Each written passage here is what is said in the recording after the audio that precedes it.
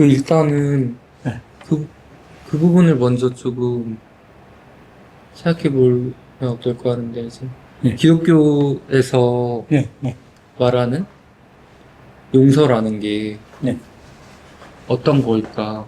과연, 예, 그러니까 신혜가 예, 자신의 아들을 죽인 사람범을 예, 찾아왔잖아요. 예, 그리고 예, 용서하려고 갔는데, 예, 그 목사의 예, 말은, 용서하려고 했지만 용서하지 못했다라고 했잖아요.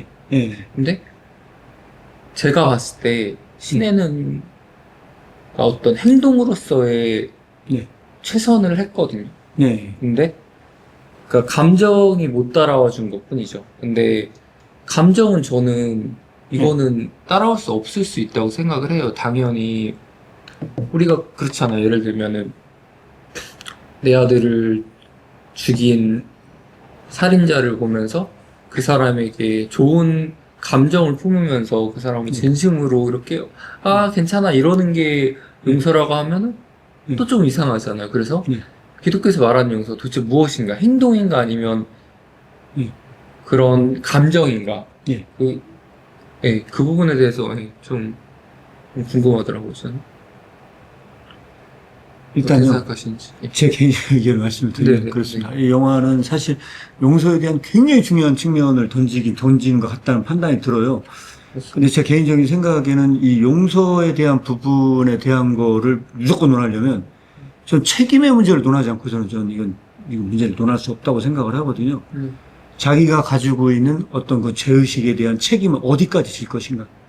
음, 라는 그 이슈가 하나가 일단 있을 것 같고요. 두 번째는 제가 봤을 때는 신에도 문제가 있고 그 감옥에 갇힌 사람도 문제가 있다. 그 어떤 문제가 있느냐? 저는 가장 큰 문제는 이 영화에서 말하고자 하는 정말 다루지 않는 주제라고 생각을 한다면 제 개인적으로 말하고 싶은 주제는 딱 이건데 여기서 크리스천은 아무도 없는 것 같다. 한마디로 얘기하면 신에도 아직 크리스천이 아니다. 그리고 여기에서 감옥에서 실제로 살인범도 크리스천이 아니다. 제가 봤을 때는 크리스천이 아니고 그러면 송강호는 크리스천이냐? 송강호는 그냥 그 시대가 좋아서 그냥 따랐거든요. 근데 크리스천이 아니라는 거예요. 그러니까 거기에 등장인물 중에 정말 크리스천이라고 말할 사람이 있느냐 혹시 있으세요? 아니 저는 영화 이런 네. 리뷰를 보니까 송강호를 엄청 높게 치는 레뷰들이 되게 많더라고요. 근데 저는 그것도 좀 이해가 잘 안 됐어요. 근데 저는 여기서 저도 비슷한데 여기서 가장 높게 치신 사람이 누구냐? 송강호 같아. 저도. 그래요? 저는 여기서 진짜 리얼 크리스천, 그러니까 여기서 그리는 건 크리스천이 아닌 것처럼 가장 크리스천이 아닌 것 같은 사람을 뽑아라 하면 송강호거든요. 송강호는 담배 피고 뭐 와가지고 뭐 껄렁거리고 와가지고 이러면서 뭐 주차하다가도 막 뭐 욕하고 막 하면서 딱 보면 크리스천 아닌 것 같거든요. 제가 봤을 때 여기서 크리스천 같지 않은 송강호가 여기서는 오히려 가장 크리스천에 가까운 사람이다. 그 맹세 못하는 장면에서? 그것도 그렇지만요. 사실 여기서 그런데 가장 크리스천 같은 사람들이 여기서 크리스천 면에서 가장 멀리 있는 사람들이다. 역으로 제가 볼 때 이게 해석이 돼야만 이 용서 문제가 해석이 돼. 제가 볼 때. 그러면은 목사님께서 말씀하시는 송강호의 그 반대편에 있는 사람들 가장 크리스천처럼 보이는 사람들은 그중에 교회 신도들이에요? 기도에 모인 사람. 근데 거짓말이 하면서 도대체 그 사람들은 크리스천이 아닌지 그건 몰라. 알 수가 없어요. 근데 여기 등장인물 중에서 배역을 담당하고 한 사람들 중에서 약국 사람들과 약국 장로랑 이런 장로들이나 뭐 쫙 해서 여기서 가장 크리스천이 아닌 사람을 뽑아라. 역설적으로 내가 봤을 때 전도연이 신의 역할을 맡았던 신의야말로 진짜 크리스천이 아닌 것 같고 역으로 그리고 옥에 갇힌 사람 누군지 그 사람 잘 모르죠. 모르는데 제가 볼 때 크리스천이 아닌 것 같다는 생각이 들거든요. 근데 왜 그러냐? 이제 지금부터 이제 이런 일 본격적으로 들어가면 제 의견을 얘기하는 거예요. 제 의견을 얘기를 하자면 이런 거예요. 뭐냐면 눈에 보이는 사람에게 감사하지 못하면서 눈에 보이는 사람도 사랑하지 못하면서 눈에 보이지 않는 하나님을 사랑한다는 건 말이 안 되거든요. 요한일서에서 나오는 네, 요한에서 나오는 게 그 얘기거든요. 그러니까 여기서 중요한 게 뭐냐면 감옥에 갇힌 사람이 딱 보면 진짜 크리스천 된 것 같은 느낌이 들거든요. 막 진짜 용서받았다고 신앙 고백값도 나오고 막 얘기를 하거든요. 근데 그런 관점에서 보자면 전도 신에도 똑같거든요.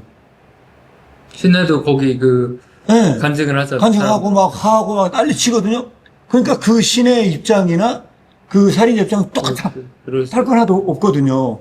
근데 저는 이걸 해석하기 위해서 꼭 필요한 작품이 뭐냐면 죽음의 이름도에 난 필요하다고 생각을 하거든요. 예. 죽음의 이름당 관점에서 내가 얘기를 하자면 이런 얘기예요. 2부에 나와요. 2부에 나오는데 2부 1장이 바로 첫 장면에 등장을 하거든요. 거기서 무슨 얘기를 하냐. 시인의 실종은 다 죄라는 거예요. 시인의 실종은 전부 다 죄다. 왜 그러냐. 시인은 시를 쓴대요.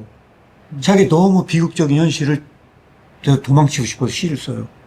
또 한 부류의 사람들이 있거든요. 이 사람들이 제가 볼 때 시내와 거기에 있는 그런 살인자의 모습인데 이 사람들이 진짜 크리스천이 아니라는 거예요. 왜 그러냐? 내가 지금 있는 비극적 현실을 구원해줄 대상자로서의 하나님을 믿는다는 거예요. 나는 여기서 나를 유일하게 이 지금 비극적 현실을 나를 구원해줄 사람은 없어. 하나님밖에 없어. 근데 여기서 비극은 누가 비극이냐? 시내도 비극이야. 내가 아들도 죽고 남편도 죽고 그 비극적 상황에서 의지할 대상 아무도 없어. 그렇기 때문에 유일하게 생각해보니까 그건 하나님밖에 없거든요. 그래서 하나님에 대한 믿음을 가져요. 그런데 시내만 그러냐? 내가 볼 때는 살인자가 똑같거든요. 저희 사람 중에 거기 가가지고 마지막에 비극적 사건인데 내 인생은 이제 여기서 끝난 것 같거든요. 여기서 돌파구를 찾을 수 있는 딱 하나밖에 없어요. 신밖에 없거든요. 그래서 그가 하나님을 믿어요? 이것은 똑같은 심리적인 현상이라고 봐요. 종교 현상으로 생각해보라는 거예요. 똑같은 현상이거든요. 근데 여기서 히트오르는 이걸 개박살을 내거든요. 이게 신앙이 아니라는 거거든요. 그러니까 그런 순간에 믿은 것은 그거는 신앙이 아니라는 거거든요. 왜 그러냐? 네가 그거를 그렇게 구원의 대상자로 하나님을 믿기 전에 이것은 비겁하고 도피적 실존이라는 거예요. 그럼 뭘 해야 되느냐? 그러한 비극적인 상황을 주는 분이 하나님을 먼저 인정해야 된다는 거예요. 내가 도망치고 싶은 실존적 현실 자체를 허락하신 분이 하나님이라는 것, 그 자체를 먼저 인정을 해야 된다는 거예요. 그건 가장 어렵다는 거죠. 그걸 인정을 안 하는 그 순간, 그건 신앙의 출발이 아니에요. 그러니까 네. 이 신의 상황에서 대입해 보면 그런 자식이 끔찍하게 살해당하는 그것도 하나님의 어떤 섭리 안에 있다. 그것도 하나님의 섭리 안에 있다는 거거든요. 근데 신혜가 그걸 거부하거든요. 사실은요. 영화에서는 그렇죠. 그걸 거부하는 장면들이 나오거든요. 왜냐면 전도할 때 얘기하거든요. 대답을 못 하거든요. 그 약국의 그 아줌마가 대답을 못 해. 그렇죠. 내가 왜 이런 상황인데 하나님이 근데 왜 죽었어야 돼요? 왜 죽었어요? 돼야 이것도 하나님의 뜻인가요? 아, 대답하기 힘드네. 그러면서 거기서 그렇죠. 대답하기 어렵거든요. 그래서 빛이 저기 있는 것도 다 하나님의 뜻이한데 신혜가 가가지고 얘기하거든요. 뭐가 있냐고. 뭐가 있냐고, 여기. 뭐가 있냐고, 지금. 그건 뭘 반증하는 거냐? 그 상황 자체를 자기는 받아들일 수 없어. 웃긴 소리만. 이건 설명이 안 돼. 나 이런 하나님은 내가 믿을 수가 없어. 그런데 이런 하나님은 믿을 수 있거든요. 이런 비극적 현실을 나를 구원해줄 대상으로 간 하나님은 나는 믿을 만해. 그건 가능해. 그럼 이거를 뜻했다고 하는 건 나는 믿을 수가 없어. 이건 내 머리로는 난 도저히 그게 들어가지가 않아. 그러니까 뭔가 어떤 내러티브가 네. 형성이 돼서 네. 이조차도 나를 구원하기 위한 어떤 여정이라고 하면 네. 살아갈 수 있다라는. 그 현실 자체를 그대로 수용하는 것 자체가 신앙의 가장 첫 번째 스타트가 돼야 된다는 얘기가 킬케고르의 죽음의 이름에서 말하고자 하는 굉장히 중요한 킬케고르는 그런 상황 가운데서 믿는 거를 비판했다고 말씀하시지 않으셨어요? 그러니까 뭐냐면 그 상황 자체를 받아들이는 거예요. 구원자로 믿는 게 아니고 그런 상황을 주신 분이 하나님이라고 하는 걸 믿는 것, 그걸 믿는 게 더 어렵다는 거예요. 그러니까 구원자로 하나님을 믿는 건 쉬워, 오히려. 그런데 그 상황 자체를 부여한 그 하나님을 믿는 것. 그렇지. 그것도 사랑이신 하나님을 믿는 것, 그건 어렵다는 거예요. 근데 그게 신앙인의 과제라는 거예요. 그런 점에서 둘 다 크리스찬이 아니라고 보는 건데, 만약에 여기서 입증 가능하다, 이 사람이 진짜 크리스찬인 게 입증 가능하다라고 한다면요, 자세가 바뀌어야 된다고 보는 거예요. 아까 얘기했던 것대로. 내가 진짜 그 하나님께 용서를 받은 사람이라면, 하나님을 두려워하는 사람이 그 사람 앞에서 내가 진짜 사람의 용서를 받지 못하고 하나님의 용서를 받는다고 하는 게 얼마나 가식적이라고 하는 거예요. 만약 그거를 진짜 한다면 그런 내재적인 크리스천은요, 외재적인 내가 사람을 죽인 그 아들의 엄마 앞에 가서 무릎을 꿇고 참회의 눈물을 흘려야 되는 게 그렇죠. 정상이라는 거죠. 그러면 그게 아니면 어떻게 하냐? 그건 다 이미 실존을 인정하지 않은 도피 상태에 있다고 봐야 된다는 거지. 그리고 우리 힘이 마음이 똑같은 상황. 편해질 게 아니라 마음이 오히려 네. 불편해지겠죠. 그렇죠. 왜냐면 내가 무슨 네. 짓을 했는지 정말 알게 되는 예. 거니까. 그 사람에게 드려져야 될 시가 저는 그 적이라고 생각해요. 그러면 운동주에 슬퍼하는 자는 복이 있나니 8번 반복하는 그에게 그 대상자를 볼 때 영원한 슬픔 가운데 내가 그런 악독한 짓을 했다고 하는 그거에 대한 어마어마한 참회에 자기가 봐야 되는데 그게 없다고 하는 것 자체가 그의 신앙이 얼마나 날라리라고 하는 거. 그렇죠, 그렇죠. 그가 그 현실을 얼마나 도피하고자 했는지를 입증했다고 보는 거죠. 뭔가 그런 네. 어떤 진통제 같은 하나님이잖아요. 맞죠. 마약 먹은 거죠. 그래서 얘기하자면 이건 가짜 신앙이고 이 양심만 사람은 이렇게 양심의 맞아요. 가책망에 이 사람은 크리스천이 아니라는 거예요. 그런 거니까. 그래서 제가 얘기하는 게 이 사람은 크리스천이 아닌데 크리스천으로 둔갑돼 있기 때문에 이 영화는 그 사실을 폭로한 거다. 이라는 거고 또 동일하게 전도연은 그러면 그 신은 그 크리스천이냐? 아니라는 거예요. 그 역설적으로 송강호는 크리스천이냐?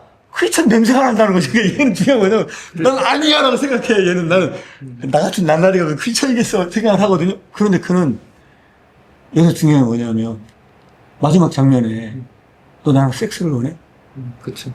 화를 내거든요. 그게 무슨 얘기냐? 난 정말로 너를 성적 대상으로 사랑한 게 아니야. 네가 나 그렇게 띄엄띄엄 봤어? 화가 나. 진짜 사랑하는 사람은요. 그게 화가 나는 거예요. 네가 날 그렇게 봤어? 그게 오히려 화가 나. 그게. 그러니까 그 화를 낸단 말이에요. 진짜 사랑한다는 증거야. 그거는. 내가 너를 그래서 중요한 건 맨날 거부하고 어디 가자면 식작 자리도 안 가고 하는데도 그 사람은 화를 안 내. 그 사람 그런 거부는 화를 안 내거든요. 근데 그 사랑이 오해받을 땐 화를 내요. 내가 널 정말 성적 대상으로 여긴 것 같아? 그 사랑이 오해받을 때 화가 나는 거예요. 그렇죠. 배척당할 때도 다 참아. 모든 걸 참았거든요. 그 사람은요. 근데 그건 못 참는 거예요. 굉장히 아이러니한 거죠. 근데 신혜를 지켜주는 사람은 송강호밖에 없어. 그냥 여기서 중요한 거는 임마누엘의 그 하나님으로서 하나님의 역할을 대체하고 있는 사람이 하나 있는 거예요. 그 송강호예요, 송강호. 절대 그렇게밖에 안 보여요. 그러니까 거기서 유일하게 신혜를 지켜주고 있는 사람은 송강호밖에 없는 거예요. 뭔가 반지의 제왕에서 그 쌤 같은 좀 느낌도 좀 있는 것 같아요. 그리고 제 생각이에요. 제가 이제 말씀 듣다 보니까 생각난 건데 송강호가 제일 좀 요란스럽지 않았던 것 같아요. 그러니까 신혜도 막 엄청 뭐 사람들 앞에 그렇게 가가지고 나 뭐 직접 가서 용서할 거예요 이런 식으로 뭔가 되게 좀 요란했잖아요. 용서도 그렇고. 근데 송강호는 처음부터 아 뭘 그렇게 하냐 그냥 마음으로 하면 된 거 아니냐 이런 말도 하고 그러면서 되게 요란하지 않게. 근데 그 동생이랑 나중에 그 차에서 하는 말 이렇게 딱 들어보면은 자기도 처음에는 그냥 시내 따라 갔는데 가다 보니까 뭐 마음도 편해지는 것 같고 이렇게 뭔가 좀 되게 좀 잔잔하게 좀 변화하는 느낌? 그런 느낌이 여기서 들긴 하는. 앞뒤에 그 신학에서는 얘기하는 게 하나 있어요. 임마누엘의 그 하나님이 마태복음에도 보면 앞에 임마누엘이라 하래요 하놓고서 그 임마누엘이 28장 마지막에 또 나오거든요. 내가 너희와 항상 함께 하겠다.